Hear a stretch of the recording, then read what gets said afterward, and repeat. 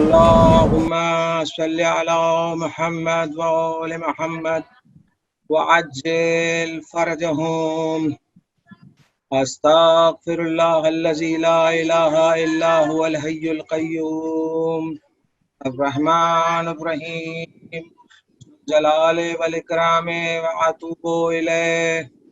اعوذ باللہ السمیع العلیم من الشیطان الرجیم.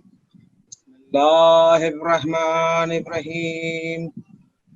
اللہم کل ولیک الحجۃ ابن الحسن صلواتک علیہ وعلی آبائہ فی هذه الساعة وفی کل ساعة ولیا وحافظا وقائدا وناصرا ودلیلا وعینا حتی تسکنہ ارضک طوعا وتمتعہ فیہا طویلا. صلوات اللہم صلی علی محمد وآل محمد وعجل فرجهم. معزز ناظرین، السلام علیکم ورحمۃ اللہ وبرکاتہ. روزے کے احکام و آداب کے اس چوتھے ایپیسوڈ میں ہم آپ تمام ناظرین کا خیر مقدم اور استقبال کرتے ہیں. تیسرے ایپیسوڈ میں مولانا موصوف نے نہایت ہی لطیف انداز میں کیے گئے ہوئے سوالوں کے جوابات پیش کیے. دوستو، یہ مہینہ خدا کی برکت، رحمت اور مغفرت سے بھرپور مہینہ ہے. یہ ایک ایسا مہینہ ہے جو تمام مہینوں سے بہتر ہے. اس کی راتیں تمام راتوں سے بہتر، اس کی ساعتیں تمام ساعتوں سے بہتر. یہ ایک ایسا مہینہ ہے کہ جس میں ہمیں اللہ دعوت دے رہا ہے مغفرت کے لیے. یہ ایک ایسا مہینہ ہے کہ جس میں سانسیں لینا بھی عبادت، سونا بھی عبادت، اور ہمارے تمام مقدرات اس ماہ مبارک میں معین ہونے والے ہیں. لہذا ہمیں خدا کی بارگاہ میں زیادہ سے زیادہ دعاگو ہونا چاہیے کہ ہمیں وہ زیادہ سے زیادہ توفیق عطا فرمائے کہ ہم اچھے کاموں کو انجام دے سکیں. آئیے ناظرین، ہم آپ کے پوچھے گئے سوالوں کو لے کر ایک بار پھر محترم علی جناب مولانا ذوالفقار مہدی صاحب قبلہ کی بارگاہ میں چلے. آپ تمام ناظرین سے گزارش ہے کہ آپ مولانا موصوف کا خیر مقدم ایک صلوات کے ساتھ کریں. اللہم صلی علی محمد وآل محمد وعجل فرجہ. السلام علیکم مولانا صاحب. وعلیکم السلام ورحمۃ اللہ. امید ہے آپ خیریت سے ہوں گے. جی بالکل، الحمدللہ. اللہ آپ کو صحت و سلامتی دے. جی مولانا صاحب، چند سوالات مومنین کی جانب سے ہمارے پاس آئے ہیں، تو اگر اجازت ہو تو آپ کے بسم اللہ سامنے پیش کیا جائے.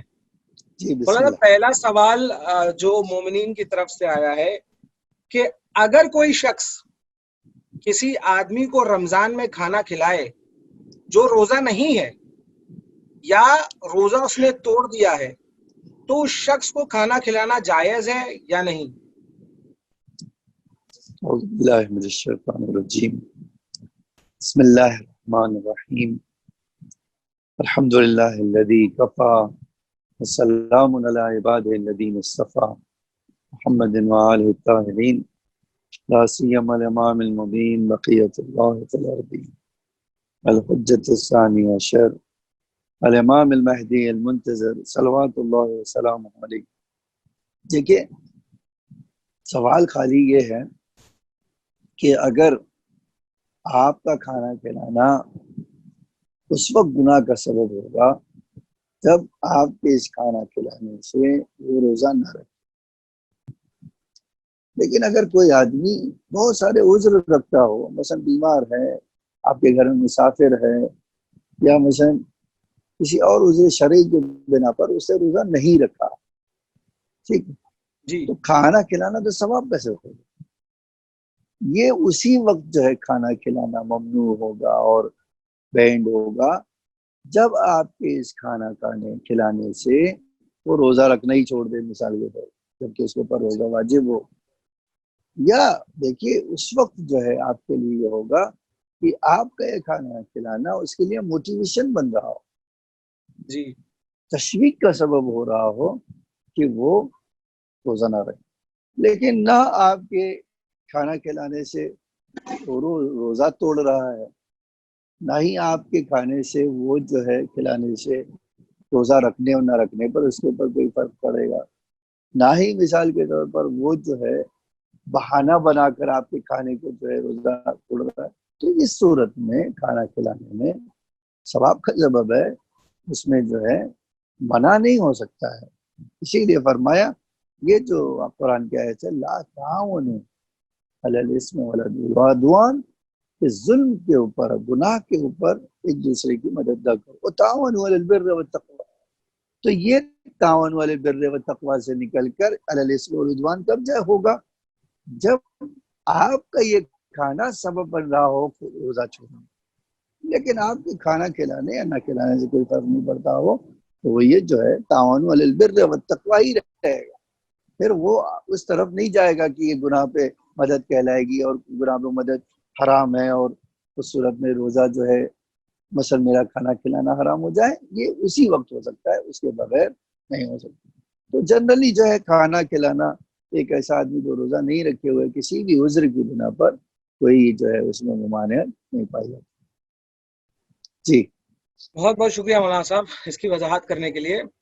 دوسرا سوال جو آیا ہے ہمارے واٹس ایپ نمبر پہ کہ مومنین کی طرف سے، کہ جب بھی یہ سوال ہے اس مومن کا کہ جب بھی میں کوئی عبادت کرتا ہوں تو اکثر ذہن میں برے خیالات آتے ہیں، جس کی وجہ سے نماز وغیرہ مجھے پھر سے انجام دینی پڑتی ہے، اور میں ہمیشہ سوچتا ہوں عبادتوں کو خلوص سے انجام دوں، مگر شیطانی وسوسے آ ہی جاتے ہیں۔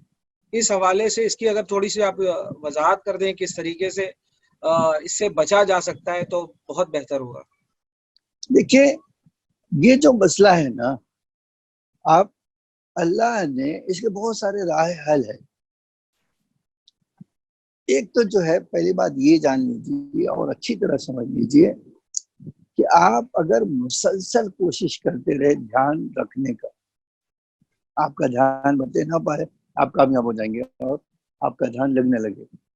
لیکن ہمارے جو معصومین نے ہمارے ہدایت کی ہے اس میں بڑا مسئلہ کیا ہے، یہ جو چیز اس طرح کی پیدا ہوتی ہے وہ یہ بات کی نشاندہی کرتی ہے کہ آپ بہت زیادہ دنیا سے جڑے ہوئے، آپ کے دل میں بہت ساری چیزوں سے لگاؤ ہے۔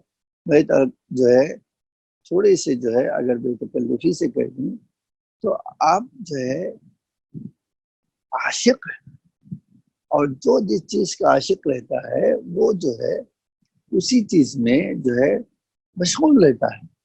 ائمہ ہمارے کیا فرماتے تھے کہ اگر تم دنیا میں کام کرو، دنیا میں رہنا ہے تو کام کرنا ہے، دنیا میں رہنا ہے تو بزنس کرنا ہے، دنیا میں رہنا ہے تو نوکری کرنا ہے، دنیا میں رہنا ہے تو بال بچوں کے ساتھ رہنا ہے، دنیا میں رہنا ہے تو رشتہ داری نبھانا ہے، وہ سب کرو، اس میں بحث نہیں، لیکن ان سے اپنا دل نہ لگا۔ دل لگانا ایک الگ چیز ہے، ان کے ساتھ رہنا، ان کو کیئر کرنا ایک الگ چیز۔ اور دوسری طرف دیکھیے ایک تو بات ہے کہ آپ اپنا دنیا سے رشتہ جتنا کمزور کریں گے اتنا ادھر دوسری طرف رشتہ مضبوط ہوگا، یہ بات یاد رکھیے۔ دوسری بات، دوسرا رائے حل جو ہمارے نے فرمایا ہے وہ فرمایا ہے کہ دیکھو، جو یہ فرمایا کہ دیکھو اگر تم چاہتے ہو تمہارا دل لگے تو نماز سے پہلے وضو بہت دھیان سے کرو، دقت سے کرو۔ ایک مثال یہ ہے۔ دوسرے، نماز سے پہلے قرآن، تسبیح، زیارت، مناجات، کچھ نماز سے 10-15 منٹ پہلے آپ اس میں مصروف ہو جائیں، کسی حد تک آپ کی یہ پریشانی دور ہو جائے۔ اور ایک اور چیز ہے، دیکھیے دھیان بھٹکتا کیوں ہے؟ انسان کے بدن پر اس کا کنٹرول کیوں نہیں رہتا ہے؟ نا یہ آپ کا بدن ہے تو آپ کے قابو میں کیوں نہیں ہے؟ اس کی وجہ یہ ہے کہ آپ خود ایسے کام کر رہے ہیں نماز میں جس سے آپ کا دھیان بھٹک رہا ہے۔ مثلا سر کھجا رہے ہیں، تاڑی سے کھیل رہے ہیں، ٹھیک ہے، آنے جانے والوں پہ نظریں رکھے ہوئے ہیں، تو کیا ہوگا؟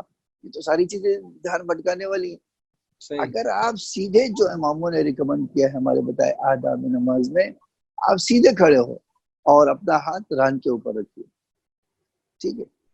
جب مثلا سورہ پڑھ رہے ہیں تو آپ سجدے کی طرف دیکھیے، ٹھیک ہے، سامنے کی طرف دیکھیے، رکوع میں گئے تو پیروں کے درمیان دیکھیے، سجدے میں گئے تو جو ہے کان اور اس کے درمیان سجدے کا کی طرف دیکھیے، اٹھ گئے اٹھے واپس تو پھر آپ سجدے کی طرف نظر کیجیے۔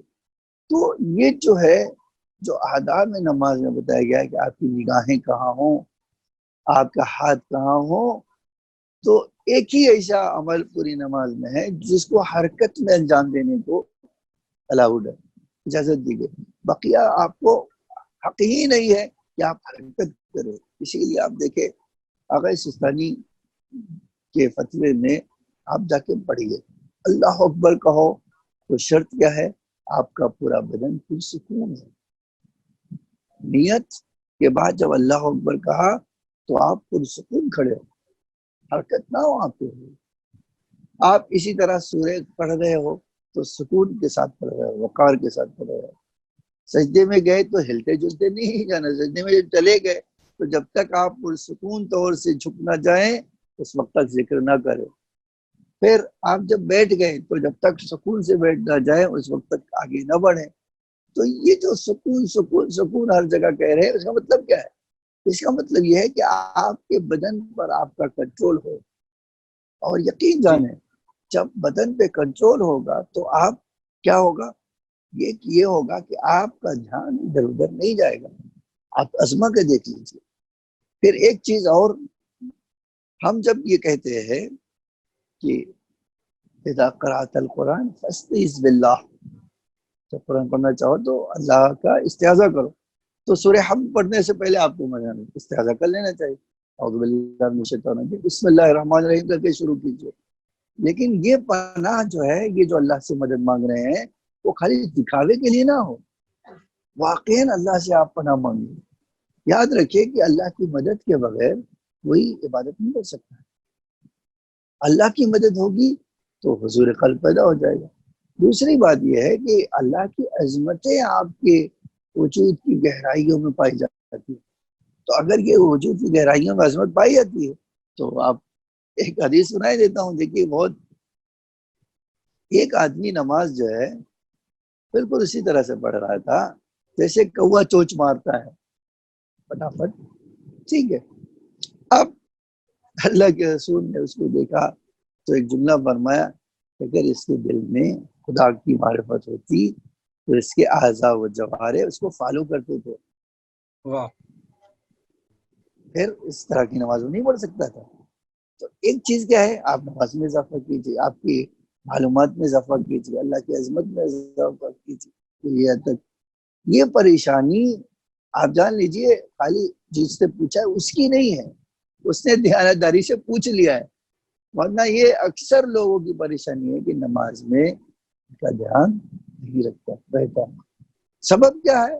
سبب بہت سارے ہو سکتے ہیں، میں نے تو چند اسباب یہاں پر گنایا ہے، تو بہت ساری چیزیں ہو سکتی ہیں جس کی بنا پر آپ ان چیزوں پہ دھیان دیجیے، میں نے کہا ہے تو کافی حد تک آپ کا مسئلہ حل ہو جائے گا۔ اور ایک کام جو آپ کہہ رہے ہیں وہ بہت اچھا ہے، دیکھیے آپ کی معرفت اور دوسرے جو ہے جو کہنے جا رہا ہوں اس میں بہت فرق ہوتا ہے، لیکن نفس کو، اگر آپ نفس کو اپنے ادب سکھانا چاہتے ہیں، اگر آپ تزکیے کے راستے پہ چلنا چاہتے ہیں تو اس کا ایک طریقہ کیا ہے؟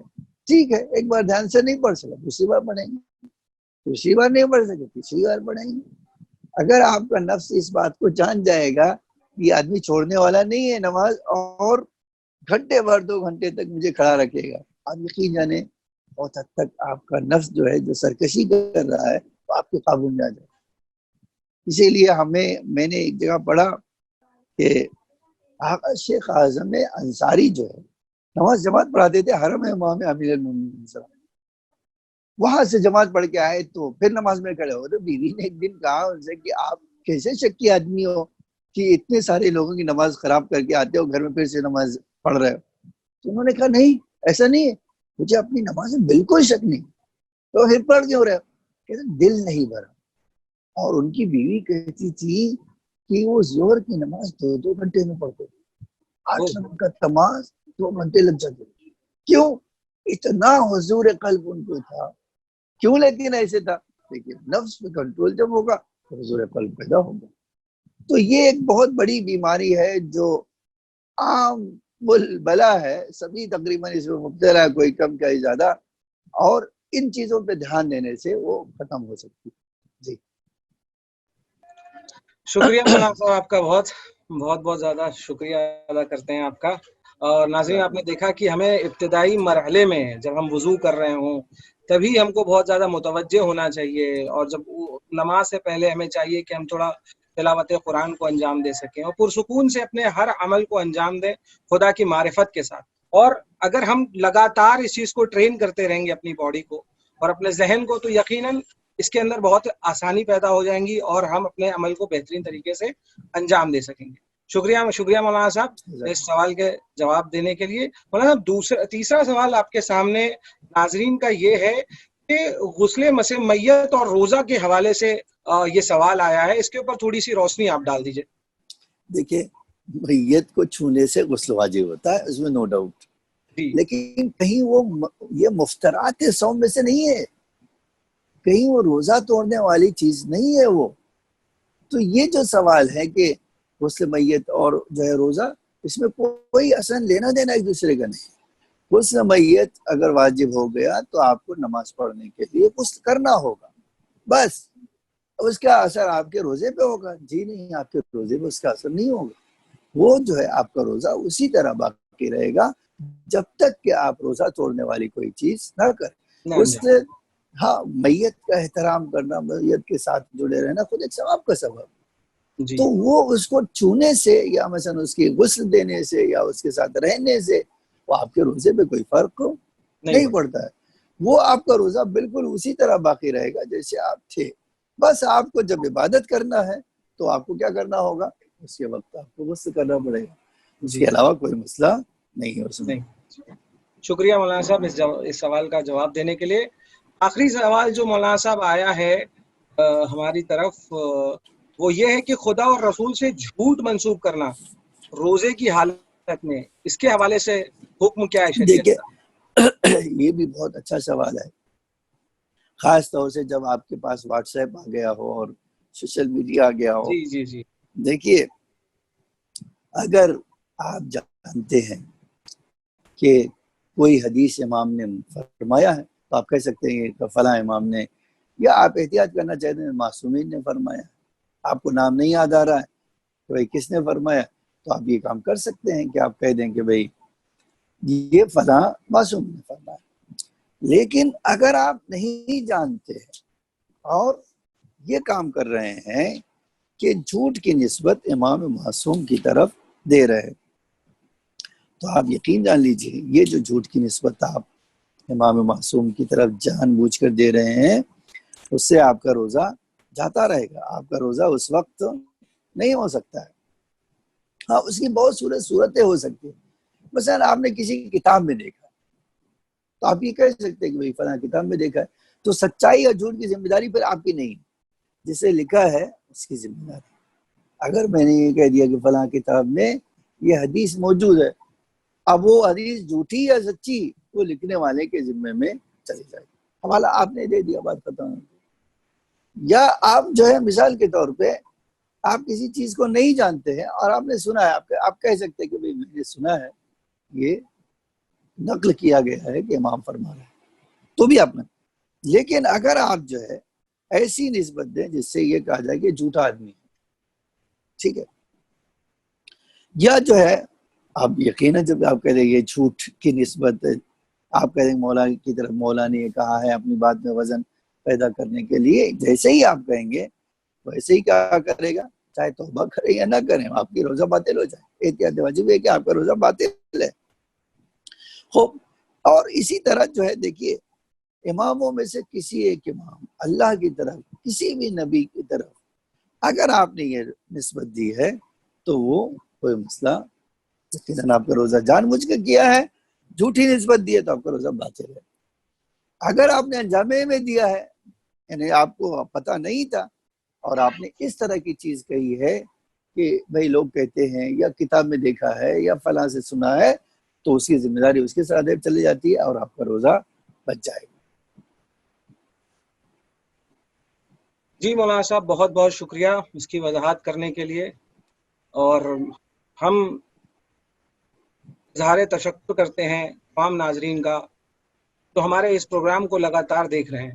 ناظرین، آپ کو بتاتے چلیں کہ اگر کسی کے ذہن میں کوئی سوال ہے رمضان کے متعلق تو ہم تک ضرور بھیجیں دی اسٹرانگ روک کے اس واٹس ایپ نمبر پہ 8070151412 انشاءاللہ۔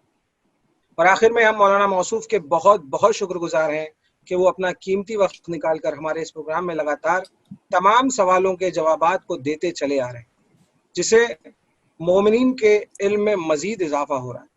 اسی کے ساتھ ہم تمام ناظرین کو، مولانا موصوف کو یہاں پہ الوداع کہتے ہیں اگلے ایپیسوڈ تک کے لیے۔ فی امان اللہ، خدا حافظ۔